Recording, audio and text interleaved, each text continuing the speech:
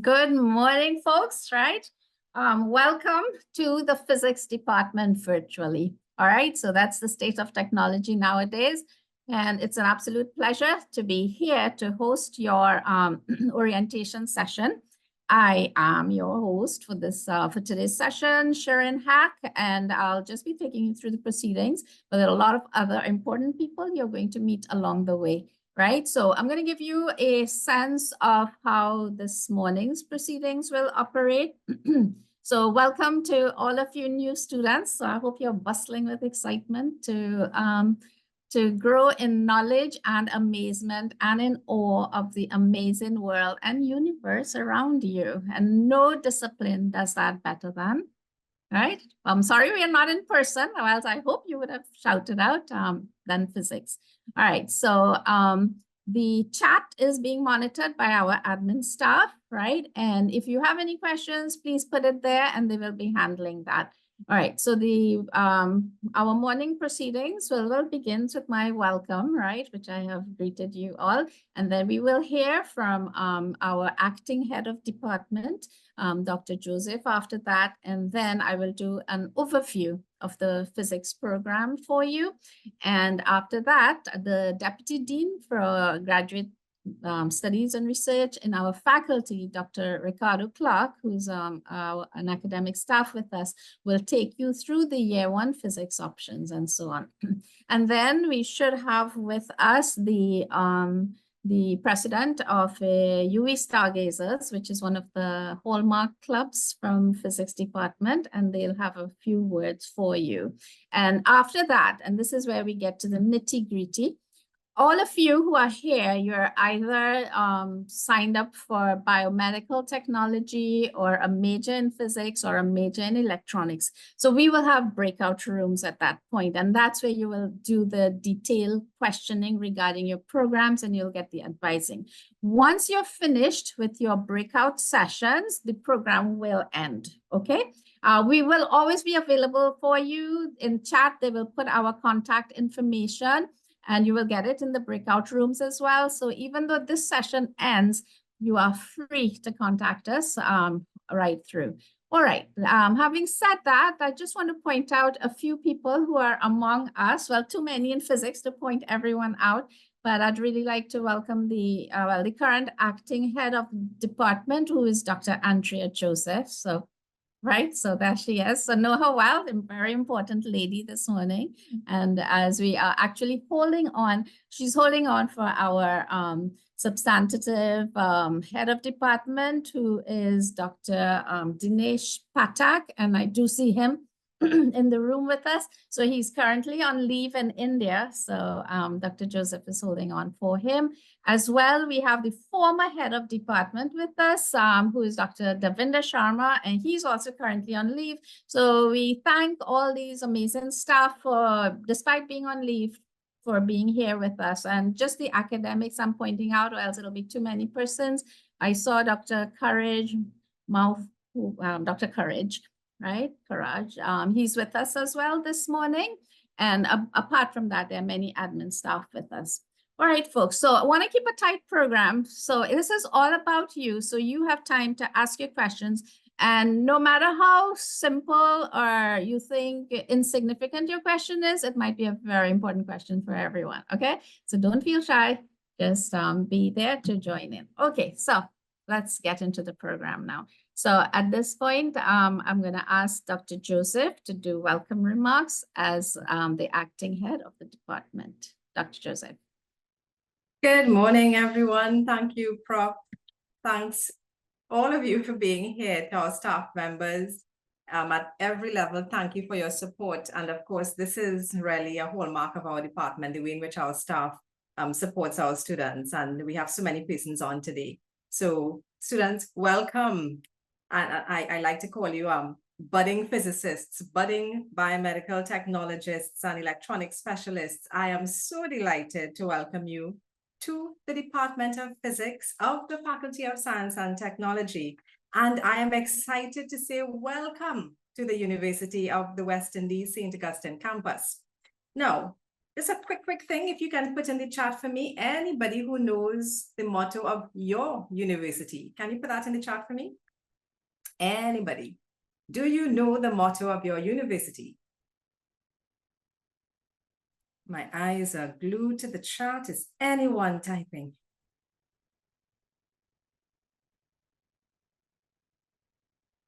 All right. No one is typing. Well, lots of things to explore and find out. Our motto is a light rising from the west. And if I can do the Latin justice, Oriens ex Occidente lux, a light rising from the west. It's a beautiful motto that we take to heart because we are meant to produce graduates who stand out, who go into the world and make real positive contributions through the skills, competencies, positive character traits, and so that you gain over the time with us. Now, the ideal UWI graduate is meant to be a critical and creative thinker, an effective communicator, someone who is IT skilled and information literate, innovative and entrepreneurial, globally aware and well-grounded in our regional identity, socially, culturally, and environmentally responsible, and guided by strong ethical values. At the Department of Physics, you will find that in many different ways, through the theoretical and practical components of our programs, in our extracurricular activities, through dialogue and discussions, through research work, we will be doing our part to take you along the path to becoming the ideal UWI graduate. And what a journey you're in for. Now, in a couple of minutes, as Prof said, she will take you through our program offerings and career paths and so on. But I'm so excited. I'm jumping in here by saying that we have so much to offer. We have pure physics, applied physics, we have material science, electronics, environmental physics, astronomy, medical physics and bioengineering, and biomedical technology, and more. But with so much before you, you do need much support. So to support you in your academic journey are well-qualified, willing and supportive academic staff members from Trinidad and Tobago and around the world who work with and mentor our students to help them move through their academic programs as smoothly as possible. And of course, as Prof mentioned, as you see in the chat, we have a lot of persons here with us. That's the commitment. We also bring in external personnel, industry experts, colleagues from professional bodies and other universities to lecture and make presentations really with the intention of giving the best that we have to offer to fulfill the learning outcomes for various courses and, of course, our departmental mission.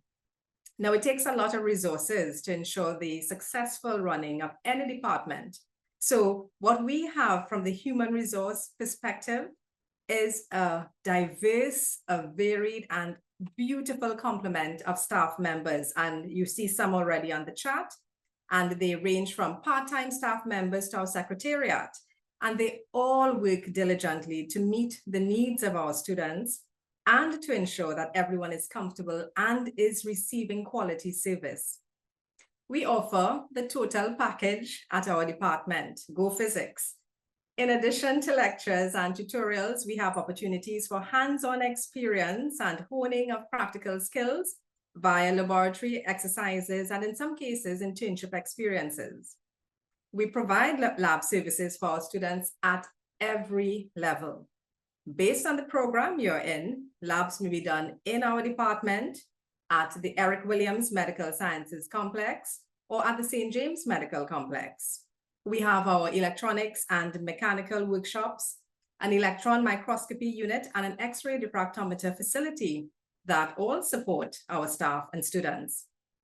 There is so much happening in our department, and our staff members are very willing to support and assist you in ensuring that you have the best possible experience at our department and, of course, at our beautiful university. Dear students, you are moving to different terrain on your academic path. Much will be expected of you. Much will be on your shoulders as you embark on tertiary level education. Take advantage of the opportunities before you. Take charge of your academic journey. Know the UWI St. Augustine campus website. Visit the FST web pages, our faculty's web pages.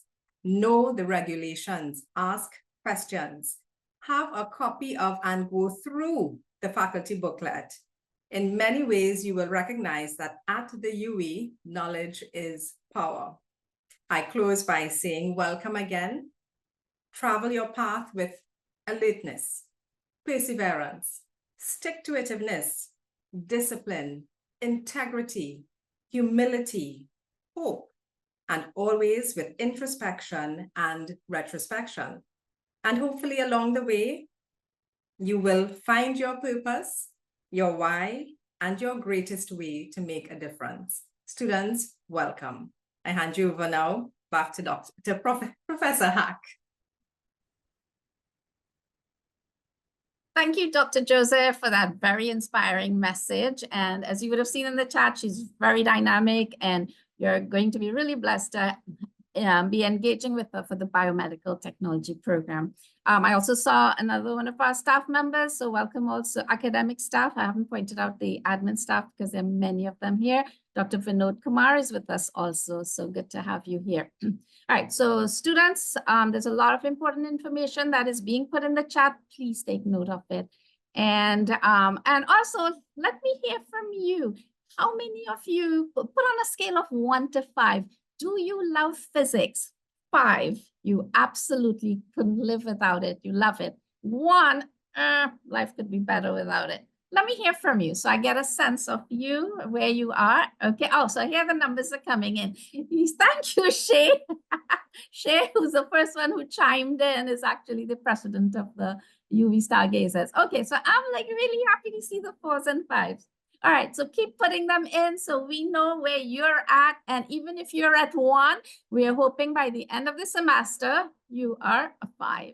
Okay, so the next thing, oh, I love that. Al-Amin, nice, he's 555. Okay, wonderful numbers coming in. All right, so keep on putting it in the chat, and I'm going to move to the next thing, which is myself.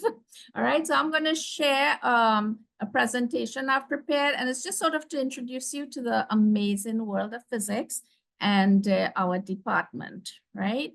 So let's go.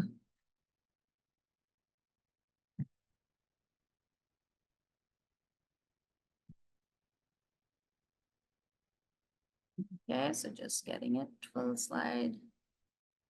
All right, so in case you guys didn't realize it as yet, physics is a great adventure. And I really wanted to put a lot more pictures. I mean, it's an adventure where you could be dealing with and uncovering the world of aliens. Yes, you could do that through astrobiology. You could be falling into wormholes and black holes, and that's advanced physics. You're doing relativity and astrophysics, things like that. And students, these are all your peers just earlier this year. These are undergrad students who had an opportunity to meet with Nobel laureate. Okay, and this is just the cover slide. So what is this? I couldn't resist this. Last week, I was coming in from Toronto, 3 a.m. in the morning. I look out my plane window. So that I took this picture. I'm actually pretty proud of it. This is the wing of the aircraft. But it took my background in physics to be truly fascinated when I looked out at the stars and realized that 50,000 feet in the sky, without any pollution, without any clouds, was Mars and Jupiter looking at me. So, I mean, I don't know if you could see the details, but I actually managed to capture them. Physics never stops being an adventure. So you may have asked yourself this, and I couldn't put it, so I can ask questions. You could put it into the chat. I don't have polls set up, but you would have asked yourself this: what can you do with physics? All right. And of course, we also have the biomedical program, which is at its base is physics. Okay. And please put in the chat who this gentleman is. And if anybody says don't know, see me sometime next week, please. Okay, we have to have a chat. All right, so what can you do with physics? Well, I say to you, what can you not do with physics?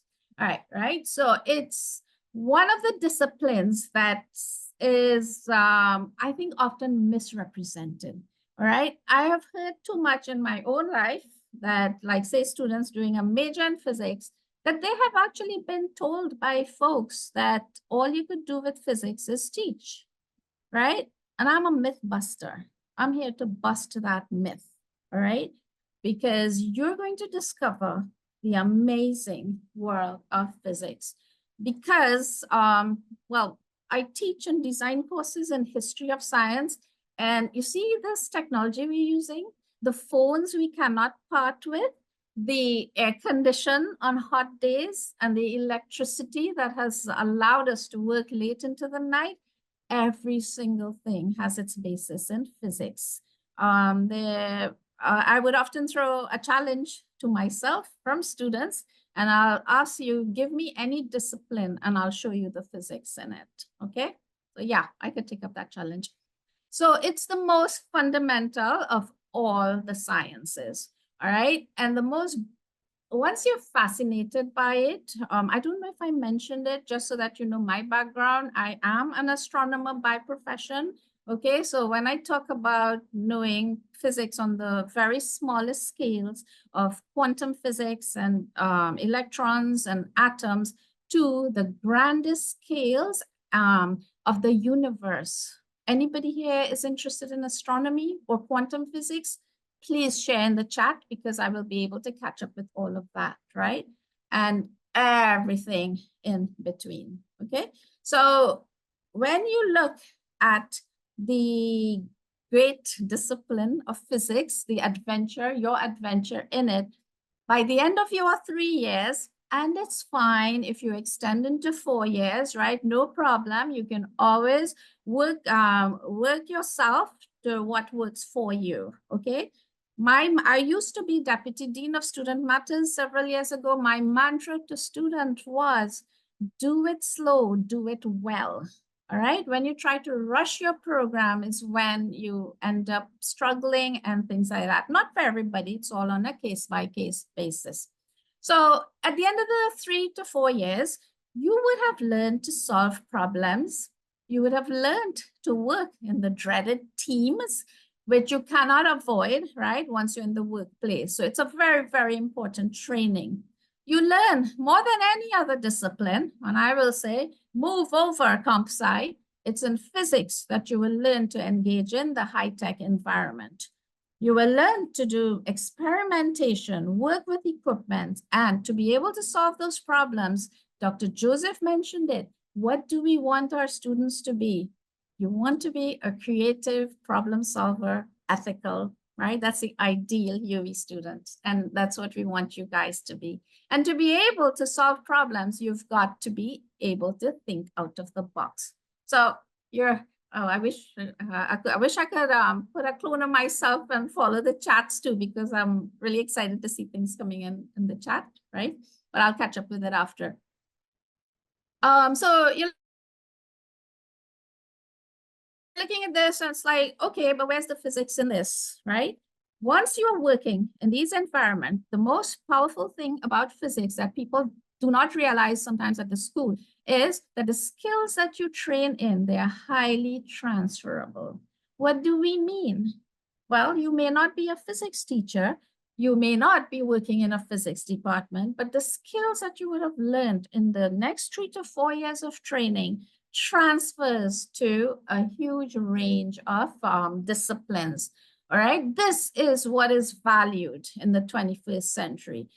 10 years from now, we can't. The specialists and futurists are not able to predict even 10 years from now what the job market will fully be like. All right. So one of the most important skills you learn are these: communication, creativity, critical thinking, and collaboration. And that's what the employer is looking for. All right. So, and you do it through the marvelous vehicle of physics. Anybody knows that guy here? Come on, make my day. Who's this? All right. And afterwards, I'll find out if you knew who he was. So your future, our future, as a matter of fact, it's become the present, right? AI is one of the biggest changes. It's a huge game changer that's just going to, and it has started to knock things off from how we did things normally, right? That's what you call a disruptor. Okay, so you are surrounded by artificial intelligence. Almost all of you would have been born and grew up just knowing the internet and Facebook. Hey, some of us, okay, right? Without trying to give away too much, some of us know what time was before that, and we saw how these things change life. You will hear of things like string theory, gravitational waves. Tell me it doesn't send a chill down your spine, right? Possibility of alien life. I look forward to seeing the first people landing on Mars. What a time we live in, guys. And the question will be, is it you? Right? You never know who it is sitting in the audience and where they're going to be. The future of civilization is in your hands, and all of these things are guided not just by science and technology, but specifically by physics. Now, I borrowed this from another, it's not a local study, but this is fine because I want you to understand. And again, I'm going to ask a question. You could put it in the chat. How many of you plan to go away at some point, maybe to migrate, maybe to study abroad after your adventure in physics, right? And I will tell you that official figures, from Trinidad, migration, if anybody wants to guess it, maybe I will tell you what it is after. So meaning that we train you not just for the job market in Trinidad and Tobago or the Caribbean, we are training you for the job market abroad, okay? Because the migration rate from Caribbean is one of the highest in the world, okay? All right, I don't know if anybody put it in. It's, believe it or not, 25%, right? Okay, so I think I saw a hand. Oh, I think the hand went down. All right. So what are some of the programs that we offer in physics department, right? So there is many of you, and you know who you are, right? We offer the BSc. It's called a special option. So there's a lot of new words you will learn and language that you have to get familiar with. Okay, we call it BMET for short. Okay, so that's biomedical technology. Special option means that your program is all pretty much designed from start to finish for the 3 years. And you may have some electives you can do, but there's not flexibility to do too many other things. Okay, so you are specializing in biomedical technology per se. And then there's the BSc General. And these students who are doing a major in physics or a major in electronics, you have more flexibility. I know it's a lot to take in, right? But trust me, it will start to sink in. You would do 30 credits, right? Advanced programs have 6 days altogether. So if you're doing a major, half your program is just in courses in physics. And then you could make up the other major with other courses in physics, or if you have the prereqs from other departments or even another faculty, right? And similarly, with a major in electronics, 50% or the 30 credits of advanced courses will come from the electronics, right, discipline. And then you can see if you could perhaps do computer science and electronics. That's a beautiful combination, right? Once the timetables allow it. All right, so all of you who are here are definitely have been offered and signed up for one of these 3 options. If you were peeping here while I was speaking there, the 10 fastest growing science occupations for the next roughly 10 years are, what do we see here? So you're like, oh, epidemiologists, what could a physicist do there? You will discover that physicists are excellent at dealing with data. It's one of our superpowers, all right? And with epidemiological studies, there's a lot of data analysis, okay? Here you go, medical scientists. It's one of the top job areas that are on a growth path globally, okay? That's why I said many of you may decide to migrate, and of course, what happens abroad impacts the Caribbean region. And these are the areas you're going to see the growth here as well, okay? Technologists, biophysicists, biochemists, biophysicists, right? So we even have, and we're not going to focus too much on the master's level programs so as to not to overwhelm you, but so that you know, right? We have master's programs in renewable energy and biomedical physics, okay? Here you go, material scientists, right? So Dr. Patak is in the audience today, our the current head of department. Dr. Joseph is acting for him right now. He's a material scientist. So physics, look at how many disciplines of the 10 top most growing jobs involve physicists. And what, there you go, environmental scientists, right? You will, Dr. Clark will be speaking after me, and he works in these areas. Geoscientists, all of these options are in our own department. Yes, you didn't think what powerhouse you entered into, right? Of course, yes. And there are the astronomers, believe it or not. It's a growing field because you are in the space age, okay? And in your lifetime, who knows, you might be doing tourism trips to the moon. Take your honeymoon at the moon, right? That's why at long last, we'll know why it's called honeymoon, okay? And so on. So you can see that there's a place for a physicist in each of the 10 most fastest growing occupations, okay? So you graduate, again, I have borrowed these data. This is the American Institute of Physics. And the myth that all you could do with a physics degree is teach, well, guess what? Just about 14% of people with a degree in physics end up in education globally, all right? It will vary for the Caribbean region. 28% of them are actually working in astronomy. I'll talk a little bit about that, right? They are in natural sciences, technology, like we said.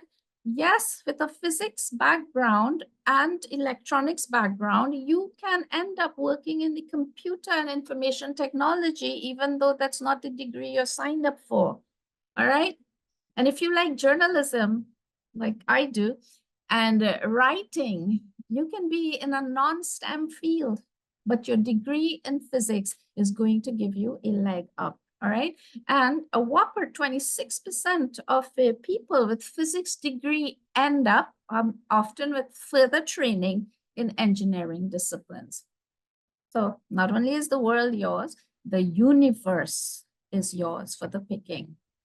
I'm just giving one example. There are many others. When you guys go into your breakout rooms, Dr. Joseph will tell you for the BMET program that you do internships and the value these things add to you, okay? You get an opportunity to work in the field while you're studying.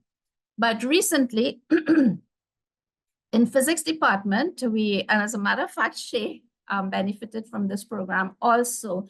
We became part of what we call RADIAL, all right? Radio Astronomy Data Imaging and Analysis Lab. What does it do? Guess what? Undergraduate students, and we got into this program. Look, all the other universities are US universities, and I'm proud to say, plus University of the West Indies. They spend, if you're selected, 10 weeks in Madison, right? And if your eyes have fallen down to this level, yes, they pay you. This is not TT dollars, guys. 6,800 US stipend, and they pay for all your travel and so on. So coming to the physics department opens these doors for you.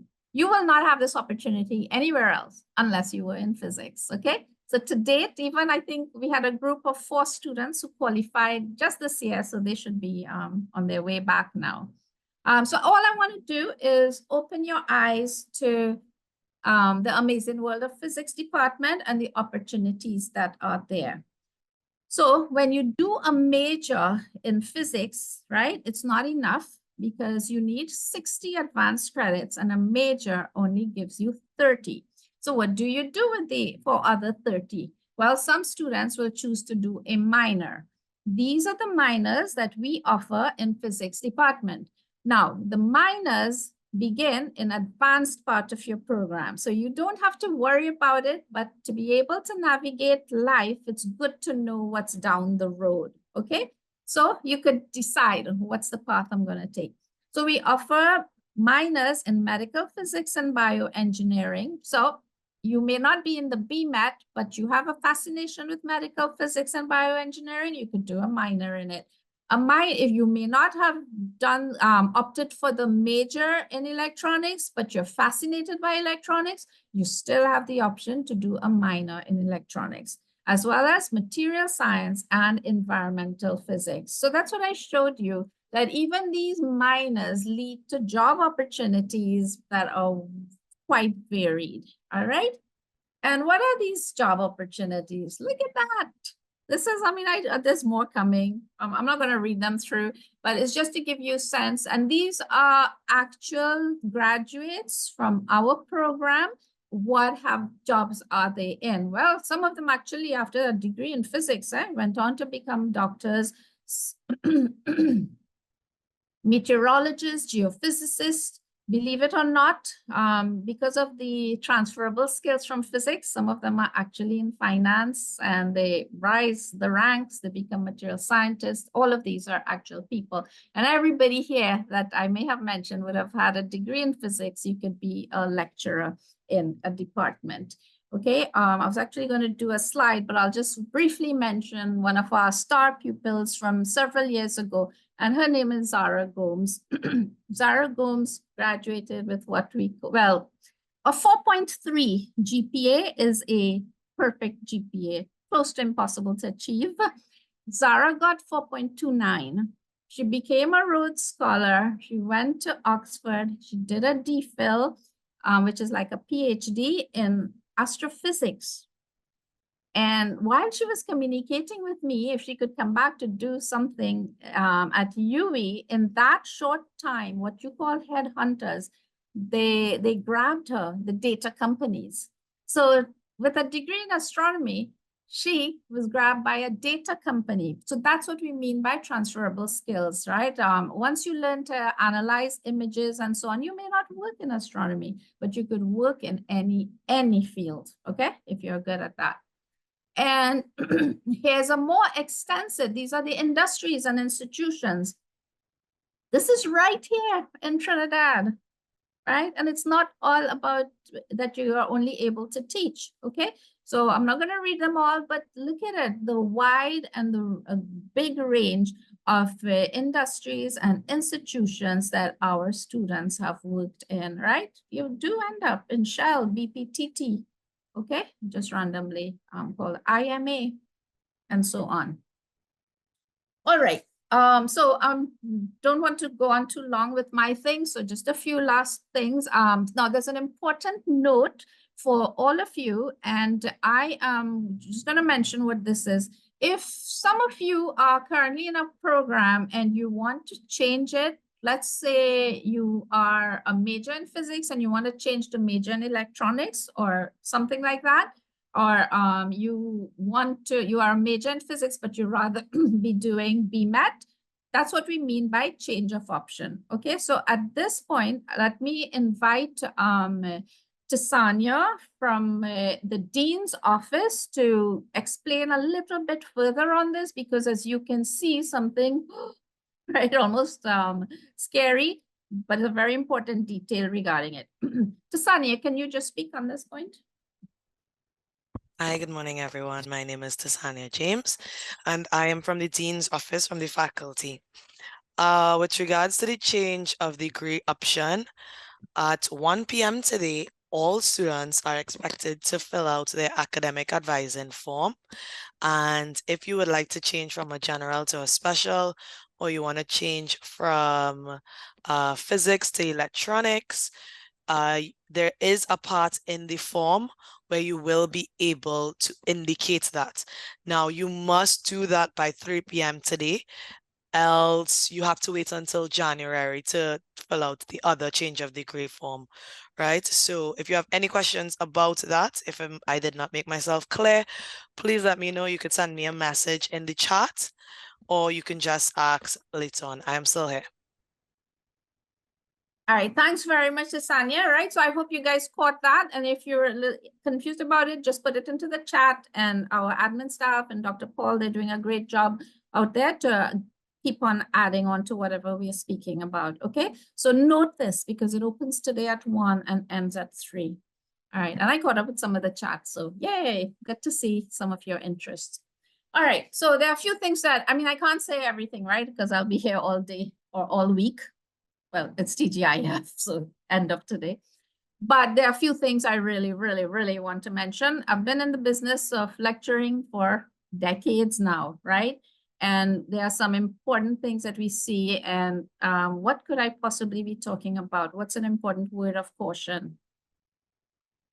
Folks, I want to start from day one right now to tell all students how important it is that you don't engage in plagiarism, that you understand what plagiarism means, and put an answer to this in the chat. Have any of you used ChatGPT for doing any assignments? You can answer. It's just good for us to know. Let me see. I just want to see. Okay. All right. Okay. No. All right. All right. All right. Okay. So okay. I mean, sorry, I don't want to be bad. Okay. But it wouldn't take too long for you to discover that this is the new world we are in. These tools could be used beneficially, but at the same time, they're double-edged sword. Okay. I taught this summer and I powerfully ran into not a good situation where students were using just a handful, not all of them, of course, using artificial intelligence to do the assignment. We have checkers. We can know if you have engaged in plagiarism, and we can know if you have used AI, right, to generate your answers. And folks, this is from the website. UWI's assessment regulations considers cheating to be one of the most egregious. If you're not sure what that word means, ask. In this case, you can ask ChatGPT, okay? Acts that a student can commit. Now, I think people don't realize what cheating is, and I'm telling you from my perspective because I've run into a case. Sometimes you think that somebody copied from someone, that the person who copied is the one who committed the crime. I'm saying crime because it does have disciplinary, it does have very, very serious consequences. You can actually be thrown out of the university, you can be fined, all kinds of stuff. All your examinations can be nullified, right? And you could be, you can't write exams. Cheating is considered to be any attempt to benefit oneself or another by deceit or fraud. What does that mean? And I'm telling you, there are two cases I ran into very recently. In one case, and it's friends. One friend has written up and done their lab, and the other one, the deadline is midnight to submit, and they haven't done it. So the one who hasn't done it says, could you just help me? Can you just show me what you did? The person gives their whole assignment to person B, right? Who didn't do it. And person B changes their puts their name on the assignment and submits it. This is a true story I had to deal with. Okay. And and I've seen this more than once. All right. So the person who seemingly, well, I didn't do anything wrong. I did my entire assignment. My friend was in need of some help, but not just to benefit oneself or another. So they are in as much trouble. I'm not talking about legitimate teamwork here. I'm talking about taking another student's assignment, copying it and submitting it, okay? I've sat on committees where we've had to deal with these situations. So that's why I want to stress this from day one, okay? And how do you be successful? There are just very few rules. You can be a success by just doing 2 to 3 things. You can attend classes, or you can attend classes, or, yeah, if you were in a room with me, you'd say attend classes. Guys, we've looked at the data. We've all been in this business for a long time. Students that attend classes do better. All All right. And then you're seeing something which is becoming a lost art. Students do not take notes because it's like, okay, they're going to get the PowerPoint presentations.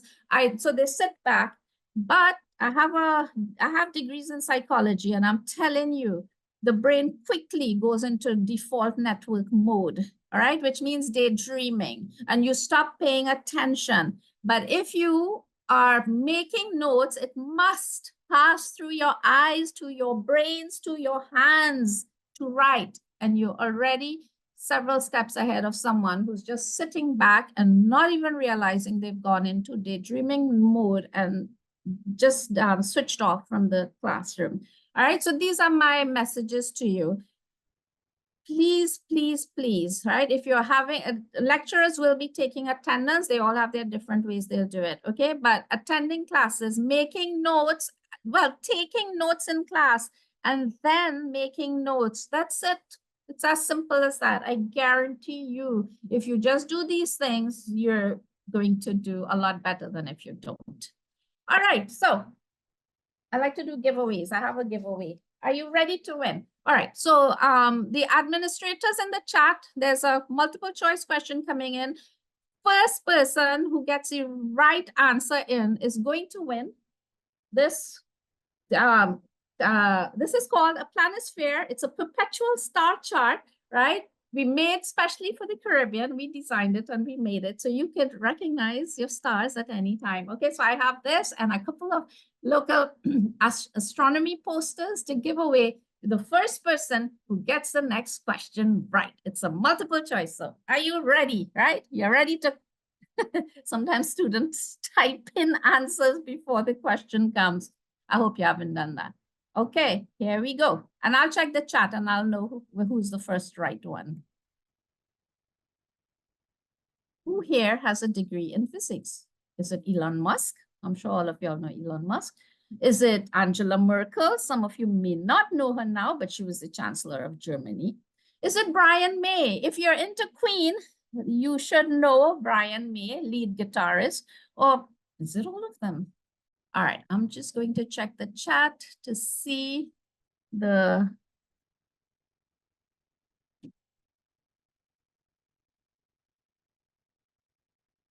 All right, okay, right, so I'm just checking it to make sure I have not missed, because I think we've got all, we've got a C, we've got an A, and D, Elon Musk, definitely not Elon. Okay, not attack, you can't take part in the... Okay, so your head of department has also participated, and the winner is, and just want making sure I'm not going to make an error, is actually Jahim Bartholomew. Jahim, if you guys could put my email address, or you could find me on the internet, right? Get in touch with me, and I have all these cool prizes for you. Congratulations to Jahim. He's the first one. Rosemary, you're a close second. Get in touch with me. I'll give you one too. Okay. So it's actually all of the above. All right. So whether you are in a rock band, or you're leading a country, or you're developer, you're going out into space. Yes, Elon Musk as well. Right. All of them have degree in physics. Okay. So folks, with that, right, sing it with me if you're into Queen, right? So in the Department of Physics, we will rock you. All right, guys, so it's over and out from me. And since I'm also the host, I shall move on to our next part of the program. And now we have Dr. Clark, right, who's the Deputy Dean in the Faculty of Science and Technology, also a former head of department in physics. He's going to take you through some of the year one physics options. All right, so Dr. Clark, handing it over to you. Thank you. Thank you, Prof. Hack. When it comes to where we start, so we're starting at year one, and I'm sure you'd probably either be scared or you'd be quite eager to see what would we be doing at year one.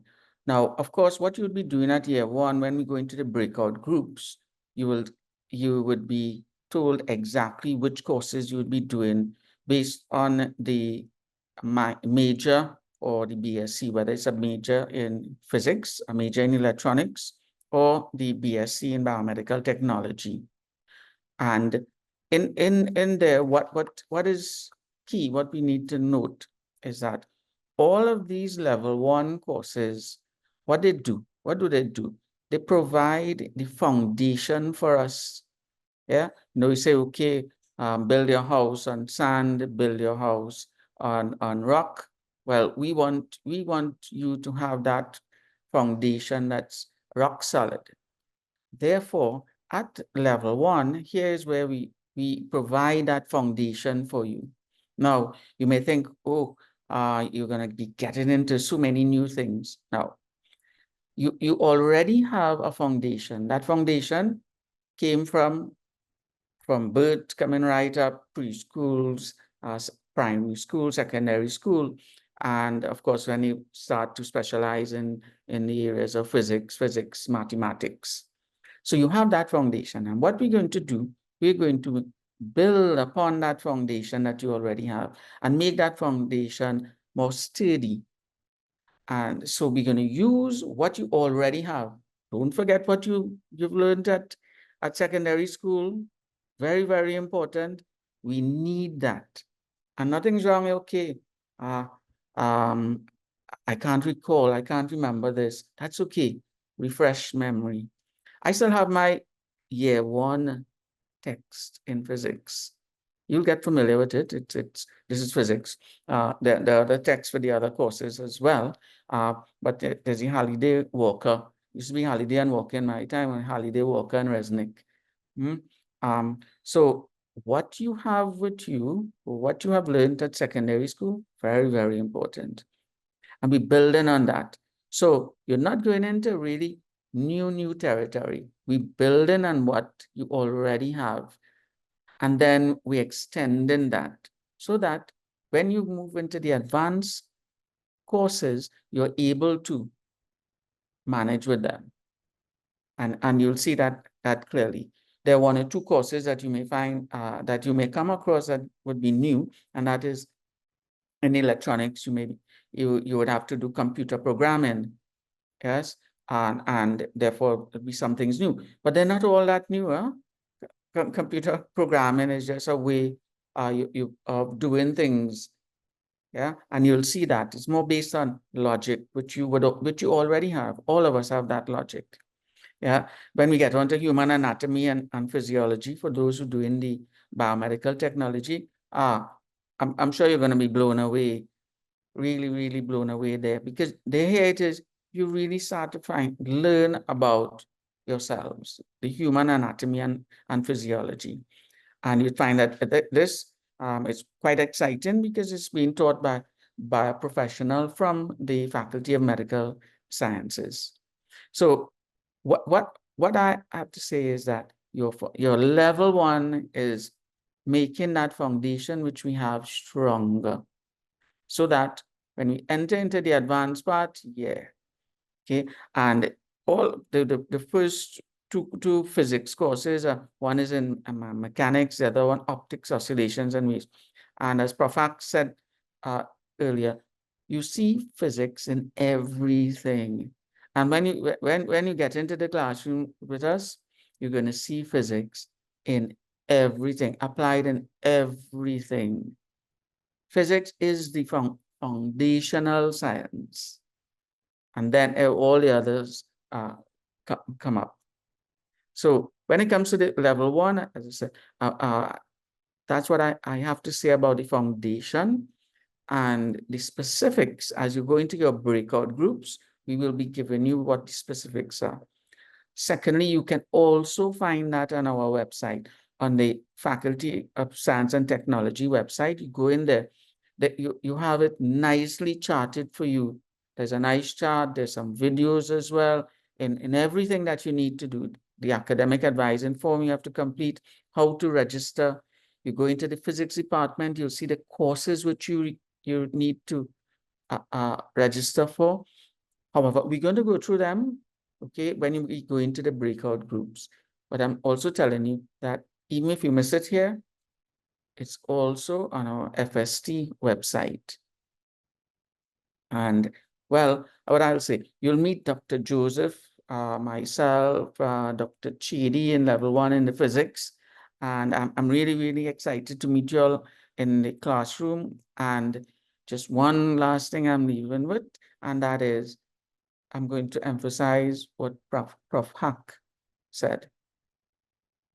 Attend classes.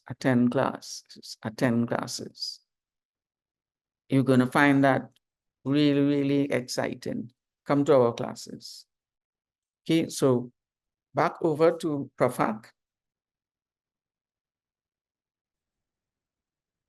Thank you, Dr. Clark. Right. So these are words of inspiration and very, very important advice I want you all to take seriously. He's a deputy dean in our faculty. He knows what he's talking about. Okay, guys. So, all right. So thanks very much, Dr. Clark. Right. And that sets a nice stage for after the next small session we have when you'll be going out into your breakout rooms. And that's where we'll give you the detailed information for each of your programs.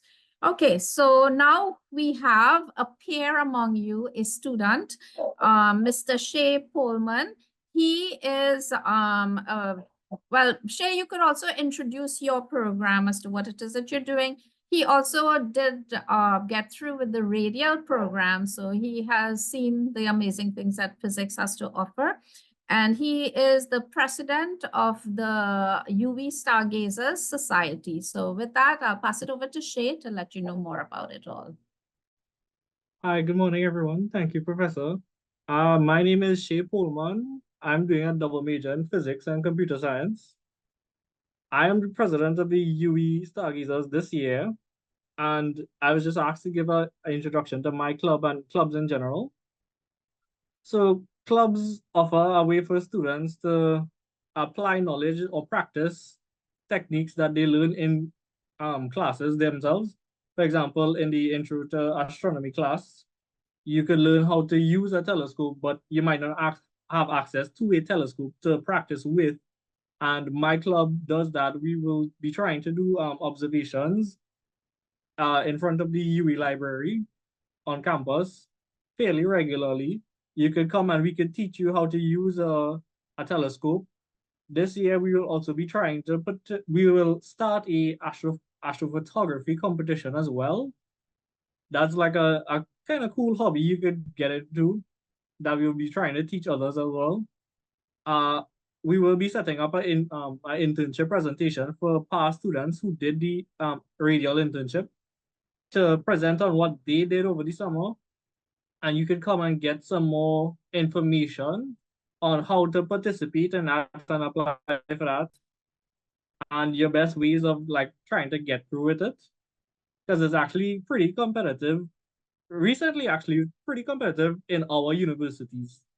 When I just applied for it, there was like less people applying for it at the time as well. We'll also be doing a NASA hackathon where you can we will try to teach newer students data analysis in physics. To a lesser degree, of course, there will be also some other competitions we could try in that hackathon. It says hackathon, but this is really just a global NASA competition for undergraduates and school students.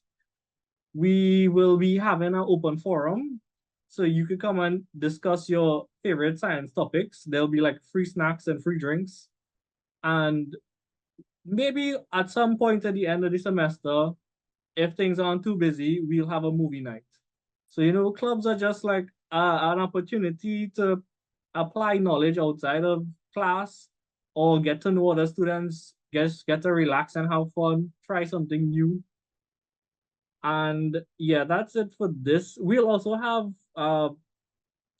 we're an astronomy-based club, so we'll also have actually some astronomy-based merch you could try to get if you want to fundraise for our club, if you're interested in that sort of thing, like posters, pins, and things like that. Okay, and that's it for our club plans this year. I will hand it back over to Professor Hack to continue onto your breakout rooms. Professor Hack. All right, thank you, Shay, very much for that. So on the note of some of the things he talked about, many students as an elective take a course called Phys 1001, Introduction to Astronomy. and, you know, you can engage in these exercises. All right, guys, so moving on with our program. So thanks, Shay, for letting you know. So it's good, very good for students to engage in extracurricular activities apart from just academics. When you apply for scholarships, when you apply for jobs, we are often asked to give recommendations, and employers and universities for masters sometimes, because it's so competitive, it's not enough to just have A's. They want to know what other things you've engaged in, okay? Do you show leadership qualities? Okay, so Shay just being president of UE Stargazers gives him a little edge with showing leadership qualities. Okay, so we want you to be all-rounded. All right, so at this point, we move on to a general Q&A, right? Doesn't have to be specific to your program. And for this, I think you are welcome to put your questions in the chat, or if you want to put up your hand and open your mics and speak, that would be fine also. And like I said, no question is too insignificant or small, okay? It helps all of us. Or if you have any comments even.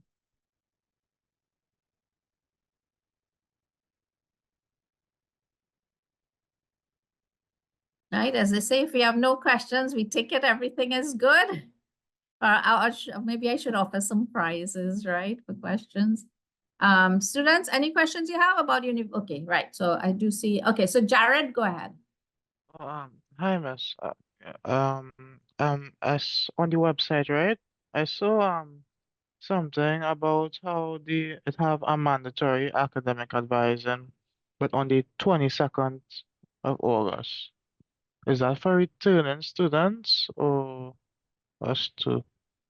Okay, Dr. Joseph, does somebody want to? Yes. Sure. Hi, Dr. Paul Okay. speaking. That's for continuing students. New students, it is sort of mandatory because we want to be your first point of contact to ensure that the parts that you take and the decisions that you make are informed. So we want to support you. So also consider that your advising sessions are somewhat mandatory, but not with a forced hand. We are here to serve you and support you. So please ensure as a new student you get that advice, because we don't only advise, but we mentor. So please reach out to us and consider it mandatory. But that particular notice that you saw was specifically for continuing students. But thank you for the question. Oh, Miss, before you mute again, so the form today, sorry if is a question asked too much, but who is that for again? Sure. And please know there are no stupid questions. At the end of this orientation session, it is mandatory for new students to ensure that they go to that form, that JOT form, in order for them to be registered. What happens is that you use that link. It opens at 1 p.m. specifically today. You fill out that form, and certain email addresses in physics will be triggered. You are required to upload information on that form. For example, your CSEC certificate information that you have on evidence that you have a foreign language. Whatever you upload, we will review with the academic advisor, who's also our chair today. We will help screen and support her through that process. We will respond to you via that link if we think that you have missed something, you have forgotten to upload something, or your actual submission is incomplete. We are here to support you. So that form is for all new students. You must go through that process in order to ensure that you are registered. That is very mandatory for new students. So at the end of the session, when it opens at 1, click the link I provided in the chat, which I will provide again. And then you can proceed to move to ensure that you have the correct courses selected. We will oversee that. We will audit that as your support in the physics department, and that will guide you towards your registration process. I don't know if was that sufficient and clear? You Yes, can also thank you email very me much. privately. Okay, and email me privately, even if I answered the question and you want more information, use any one of the emails available to you in the chat, and we will be happy to support you behind the scenes privately. Okay, thank you. Thank you for your question. Okay, thank you, Dr. Paul. Right, so everybody take note of the very important information Dr. Paul gave, and in the chat, follow-up emails you can use. Right, so there's a question which I want to refer to Dr. Joseph. Good day for those of us doing BMET. Would you all recommend doing it in 4 or 3 years? Or any comments, Dr. Joseph? So it really depends on thanks, Prof. It really depends on the student.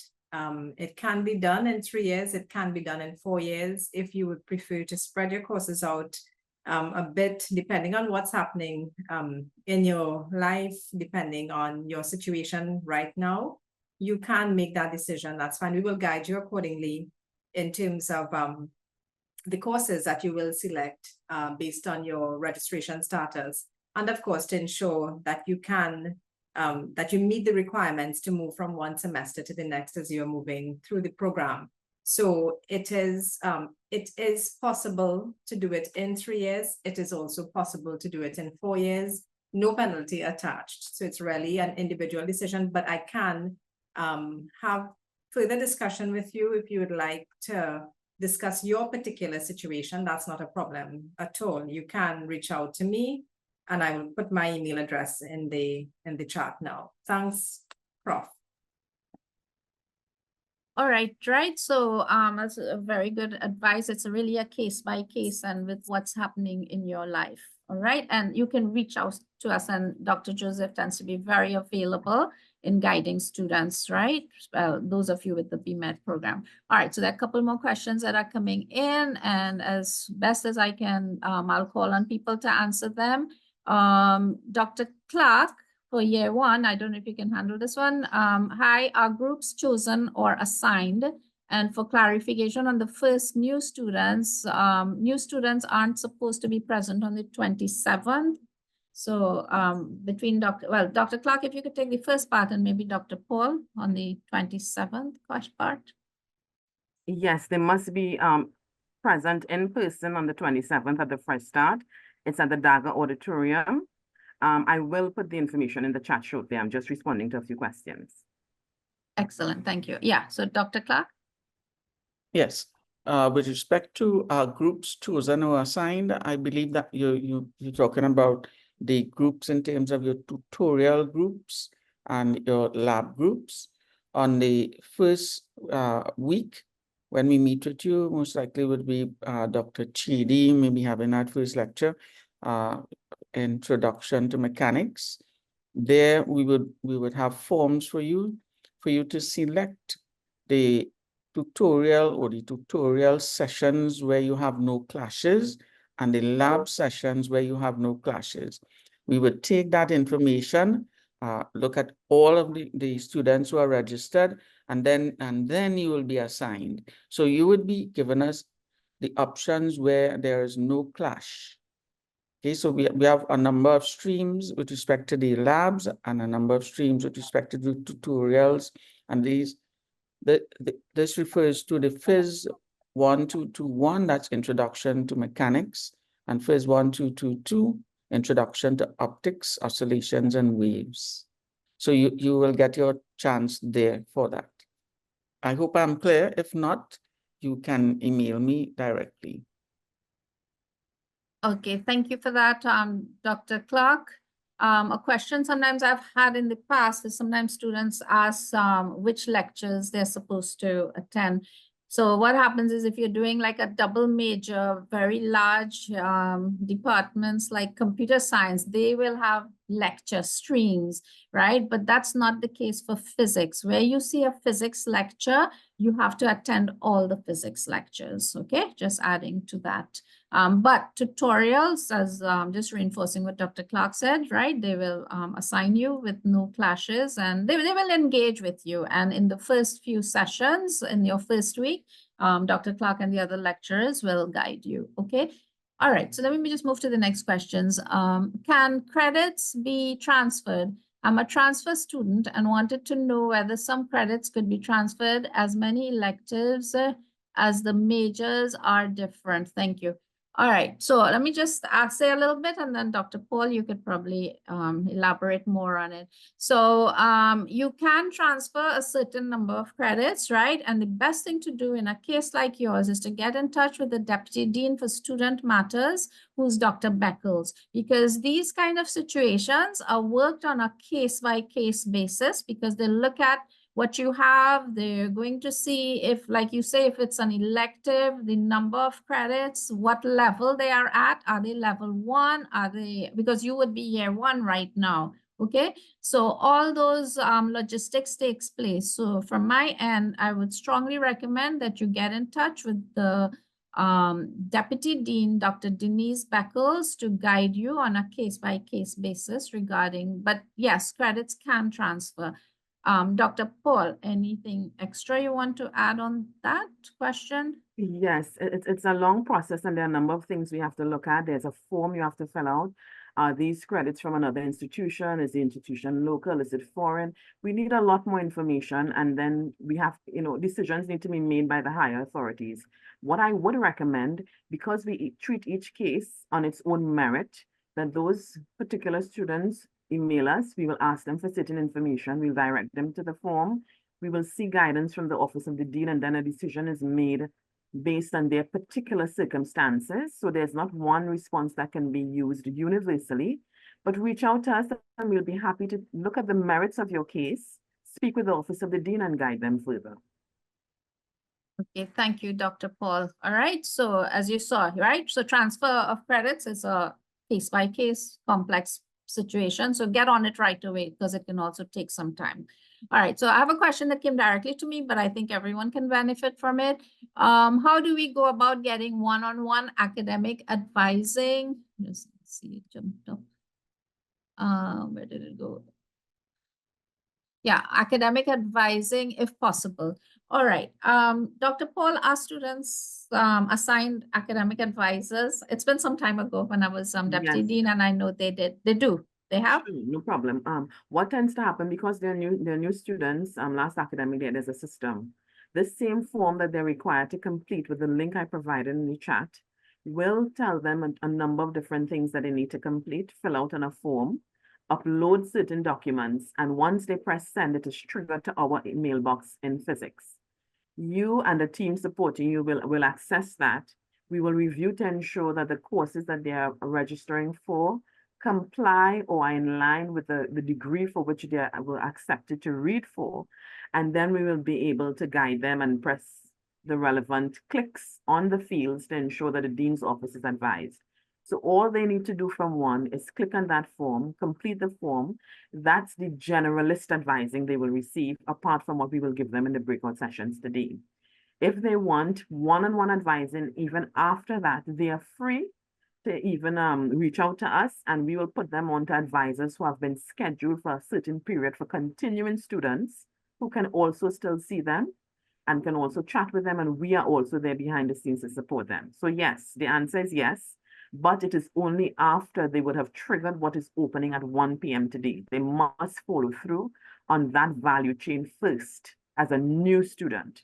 Continuing students have a direct link to us with advising with all academic advisors and academics. But new students, it's a more intricate process where we take more time, they fill out that form, and then we move them through the value chain accordingly. So it starts with this first, and then we can reach out to them for one-on-one should they still require it.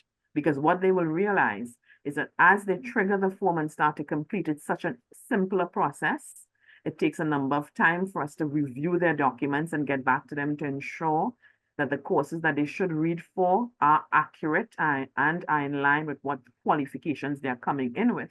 And so they're screened, and then we can meet with them one-on-one. But that interaction online is also somewhat one-on-one because we email them if they miss something. We can set up a call with them if they're having difficulty completing the form or they put wrong information. So the answer is yes, but go through this value chain first. Click the link from 1 p.m. today, upload your documents, complete the JOT form. It comes to us and we guide you further, and then we can arrange a one-on-one if you so still require, for new students only. I hope that was clear. Yeah, thank you, Dr. Paul. Okay, so I think that's fairly clear, right? And just as in general, let's say even during this semester, well, this year I am the academic advisor. My email would have been somewhere, right? Sharon Hack, look me up. please feel free to send me an email and I will guide you accordingly. And I think I could safely speak on behalf of Dr. Joseph that like she makes herself very much available for the BMET students, but we will guide you whether it's a head of department and so on. Okay, so we are here for you, but follow the process that Dr. Paul mentioned.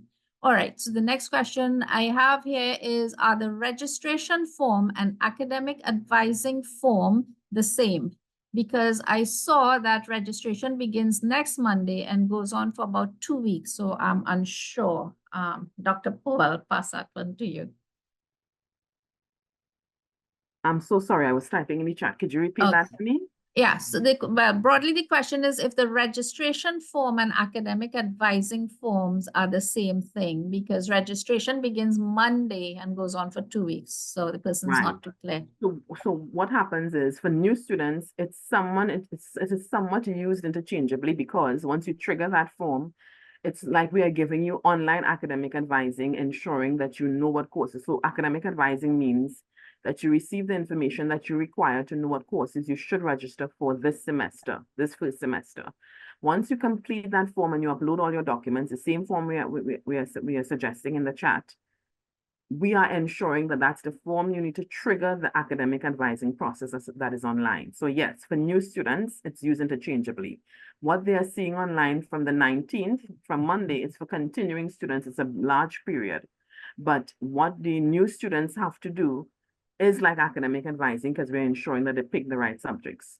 What they see online is for continuing students, but we will still engage you as a new student should you need that support. We are here. So just click that link. You will get both the advising you require and that advising period you saw online is for one-on-one with continuing students and an academic present, talking with them. For new students, it's straightforward. It's online as well, but a different process. Email me and I will upload anything that you need to know. I will attach stuff that you need to know. So just in case after today's session, you're still a bit unclear, please email us and we will clarify things for you further. I don't know, Dr. Hack, I don't know if it's easier for us to show them what the JOT form looks like so they will know when we say academic advising. Let me see if I can share my screen. Yeah, that'll be great. Can I do that? Let me see. Should be able to. Yeah, hold a second. Let me just enlarge. I was in the chat feature responding to Aisha at the time, so I got a little off track with where I was. Hold a second. Let me just see. Okay, so I'm just going to share screen to show this view quickly. Let me see if I can go down.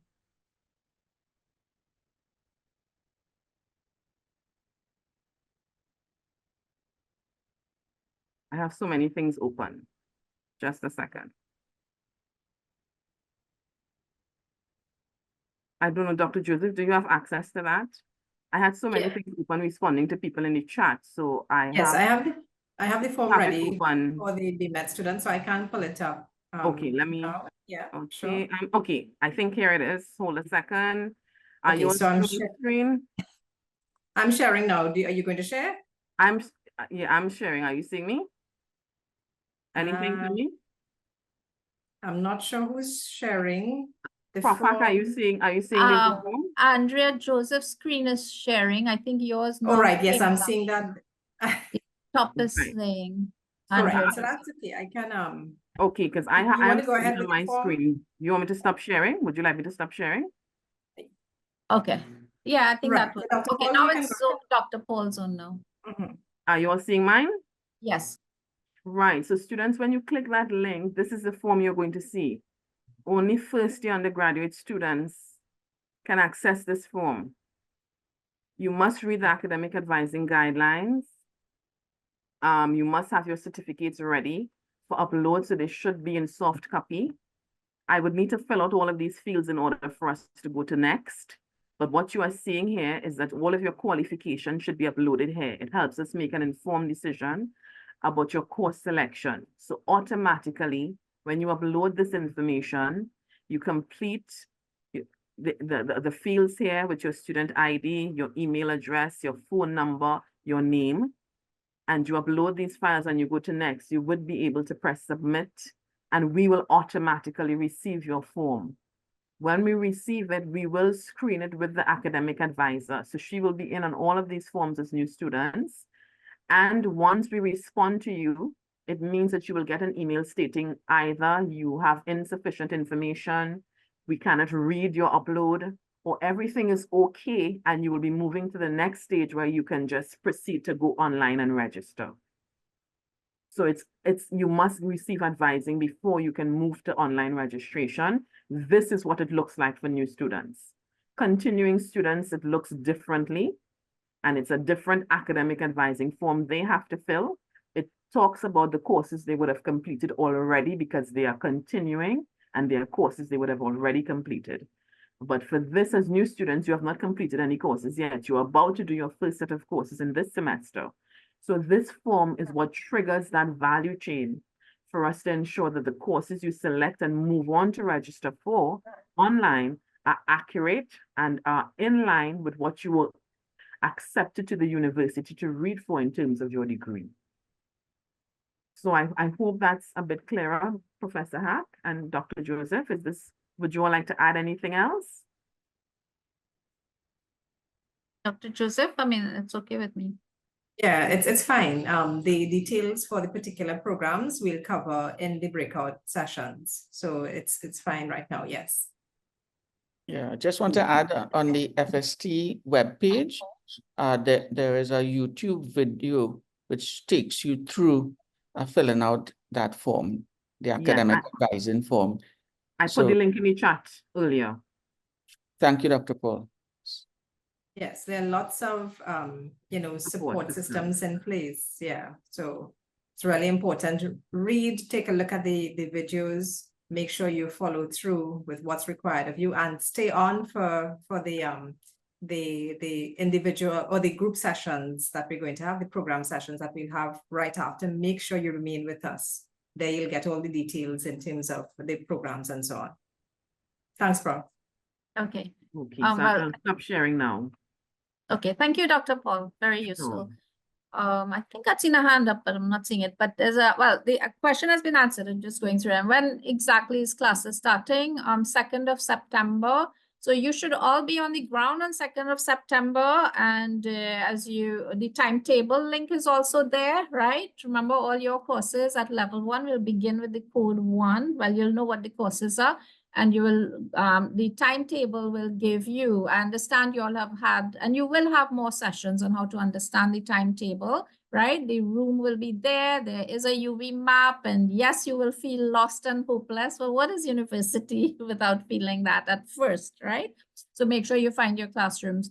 All right, yeah, so, okay, right? So make sure you're on the ground on the 2nd of September. All right, and if there are any variations, if any department starting a little bit later, they will let you know, okay? All right, so I'm just scrolling down. There's a lot of information that's been put there. Aisha, for labs, we wear lab coats, but are scrubs allowed? Dr. Clark, I guess, okay, so we have lab coats for physics department that you will have to use. I don't think we accept the scrubs. If anybody else wants to add to that, Dr. Clark or Dr. Joseph? I think Shazad is here. Shazad, yes, and I did put on the chart that lab coats and closed-toe shoes. Now seeing it. But yes, our chief lab tech is here. I don't know if he wants to, Prof, is that okay? Yes, Shazad, you can add to that. Like, the question is if there are scrubs are allowed. Yeah, no scrub. No. Shazad, are you there? No. I think we may have Probably lost some Shazad. problems to unmute. Maybe. Yeah. All right. Okay. So maybe if you Yes, come, but yeah, I think we've answered that. Yeah. Closed-toe shoes and lab coats, which will be available, right? You'll find out from the department and university. All right. I seen any other questions? Does the deadline of the academic advising form apply to students who are not switching from major to special and vice versa? Dr. Paul, call on you on that one. I think I was typing in the chat. Could you repeat that? Does the deadline of the academic advising form apply to students who are not switching from major to special and vice versa? I think Yeah. that's what Tasania talked about today. Yeah. Yeah, I think the one that Tasania was speaking about is persons who are changing options. Yes, that should happen by 3 o'clock today. This is a window that is graciously being provided by the Dean's office because usually these things take a little longer. The benefit of doing it as soon as possible, it ensures that whatever gate implications, which we have no jurisdiction over, they are handled in a much safer way when you are dealing with gate. When you wait until January, if you miss this deadline, it means that there are further gate implications that we cannot help you with. Anything that is gate related, you must speak to gate directly. We are not allowed to give you advice concerning gate. So those of you who are serious about this change have thought about it and it is very clear in your mind's eye. It is something that you want to do and you're sure about, you discuss it with your parents and whoever else are your guardians. Please ensure that you maximize on this timeline that Ms. James would have provided, which is before 3 p.m. today. The form opens at 1 as soon as our orientation ends. So yes, that deadline is fixed if it is in your best interest gate-wise and otherwise to, to avail of that deadline. And in terms of the advising form, you have an advising window and you have a window to complete the form that we would have showed you, that JOT form for new students. So I hope that's a bit clearer, Prof, for them. Yeah, well, right. So y'all can also remember we'll have breakout sessions where you could clarify some of these things. Well, I see some questions already answered, right? So how many credits are required for the semester 1 and BMAT? Is there a case in which electives need to be taken? So in your breakout room with BMAT, because since we have everybody in this room, you can take back up that question in the interest of time, okay? But I do see there is some responses in the chat, so keep following the chat. Do we use our personal email or UV email when doing the academic advising form? Yes, you should be using your UV email, which you have received already. Normally it's a straightforward email. It's your first name dot last name. If you have a double-barreled name, you need to ensure it's correct. There may be multiple persons at the university with your name, so it might have your name and a 1 after it, a 2 after it, or a 3 after it. So be very mindful and take note of what your email address is.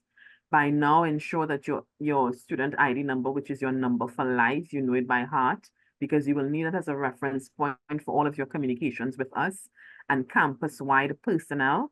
So yes, you should be using a UE email, and the way the form is triggered, I think that's the only way you can access it.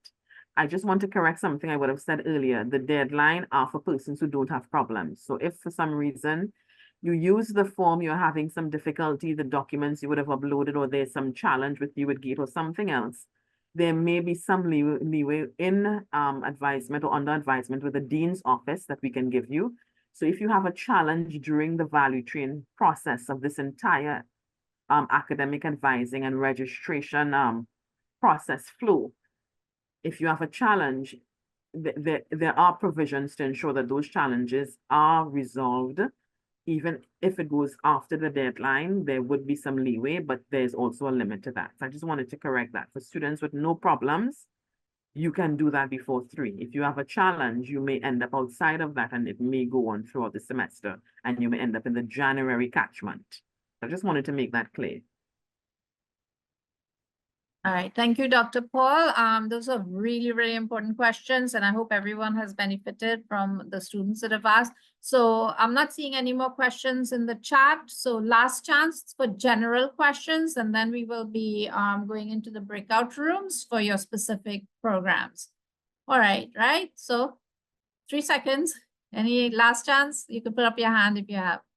All right, so I think most of the general and very, very important responses have been done. And I want to thank especially Dr. Paul, who has given you very specific and guided information. And with all of it, myself and Dr. Paul, please feel free to email us, okay, if you're confused about anything still.